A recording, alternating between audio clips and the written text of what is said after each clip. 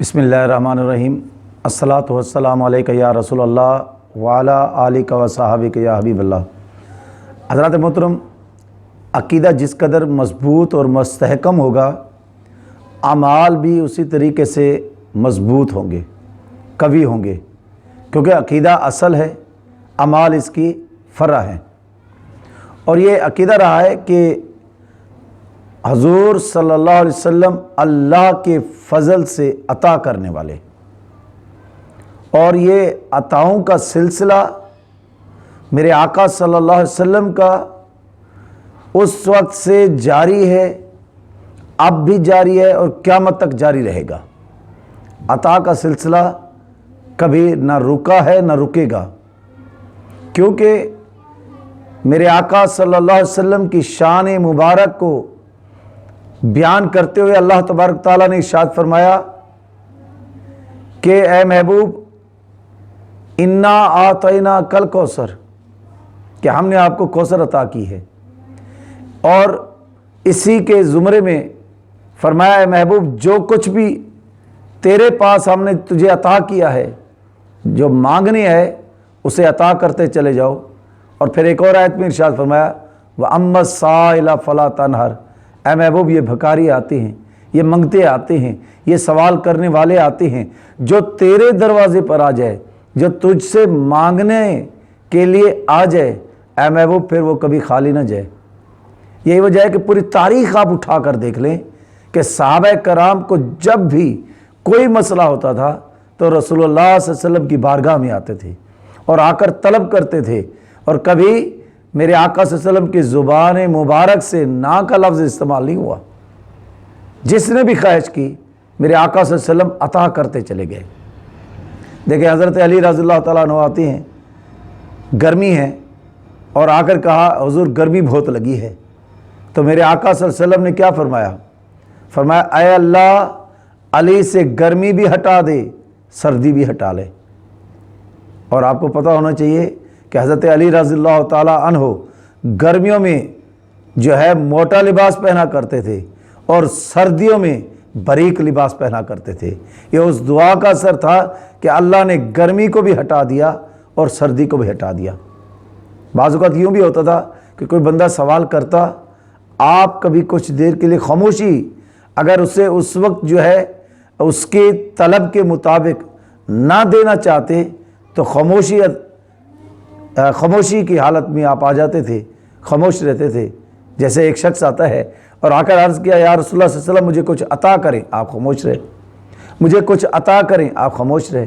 मुझे कुछ अता करें, आप खामोश रहे। फिर जब उसने कहा तो मेरे आका सल्लल्लाहु अलैहि वसल्लम ने फरमाया, मांग क्या मांगता है? कहा, आका सवारी मांगता हूँ। फरमाया, तुझे अता कर दी गई, अब और मांग। कहा, पालान मांगता हूँ। आपने फरमाया, वो भी अता कर दी गई, और कुछ मांग। कहा, हुज़ूर, मैं कुछ जो है दुम्बे मांगता हूँ। 80 दुम्बे उसने मांगे। मेरे आका सल्लल्लाहु अलैहि वसल्लम ने फरमाया, ये भी तुझे अता कर दिया गया, और कुछ मांग। कहा, हुज़ूर, बस काफ़ी है। तो अब मेरे आका सल्लल्लाहु अलैहि वसल्लम ने फरमाया, अरे तुझसे तो वो बूढ़ी औरत जो मूसा अलैहिस्सलाम कौम की उम्मती थी, वो बेहतर थी कि जिसने ऐसा कुछ मांगा कि हज़रत मूसा अलैहिस्सलाम को वो सब कुछ देना पड़ा। और बुढ़िया ने क्या मांगा था? हज़रत मूसा अलैहिस्सलाम जब मिस्र से बाहर निकलने लगे, दरिया नील पर पहुंचते हैं तो रास्ता भूल जाते हैं। जब रास्ता भूले तो दुआ की कि मालिक, रास्ता भूल गया हूँ। तो फिर हुक्म हुआ कि ए मूसा, अगर जाना है, मिस्र से निकलना है, तो वो ताबूत जिसके अंदर यूसुफ अलैहिस्सलाम मौजूद हैं, मदफून हैं, उसे उठाओ और बैतुल मुक़द्दस में उनकी वसीयत के मुताबिक जाकर दफन कर दो। अब पूछा जाता है कि ताबूत के बारे में किसी को पता है, लेकिन कोई बताने वाला नहीं है, कोई समझाने वाला नहीं है, कोई राह दिखलाने वाला नहीं है। अब उसी हालत में एक शख्स ने कहा, हाँ, एक औरत है जो कि 900 साल की उम्र है उसकी, वो जानती है कि यूसुफ अलैहिस्सलाम का ताबूत कहाँ रखा है। हज़रत मूसा अलैहिस्सलाम ने उस बूढ़ी औरत को बुलवाया, 900 साल उम्र है, ज़रा आप अंदाज़ा लगाएं। वो औरत आती है और आकर हज़रत मूसा अलैहिस्सलाम ने जब कहा ना कि تابوت کے بارے میں بتاؤ، کیا تم جانتی ہو؟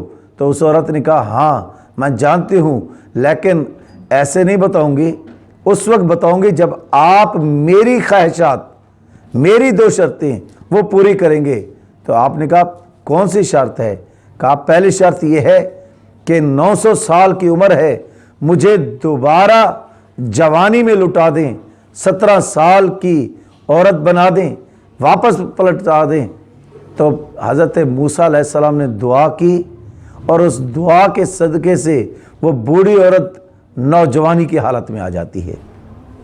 اور ایک روایت میں آتا ہے کہ وہ بوڑھی عورت جس کی 900 سال عمر تھی، دوبارہ اللہ نے اسے 900 سال عطا کیے۔ اب دوسری شرط کیا ہے؟ تو اس نے کہا دوسری شرط یہ ہے کہ جنت میں جہاں اے موسیٰ آپ رہیں، وہیں پر میرا بھی جو ہے ساتھ جو ہے رفاقت مجھے مل جائے۔ تو حضرت موسیٰ علیہ السلام نے کہا کہ بھئی جنت کے بارے میں تو کہو، لیکن جو مقام میرا ہو اسی کے ساتھ اسی کا قرب جو ہے یہ ممکن نہیں ہے۔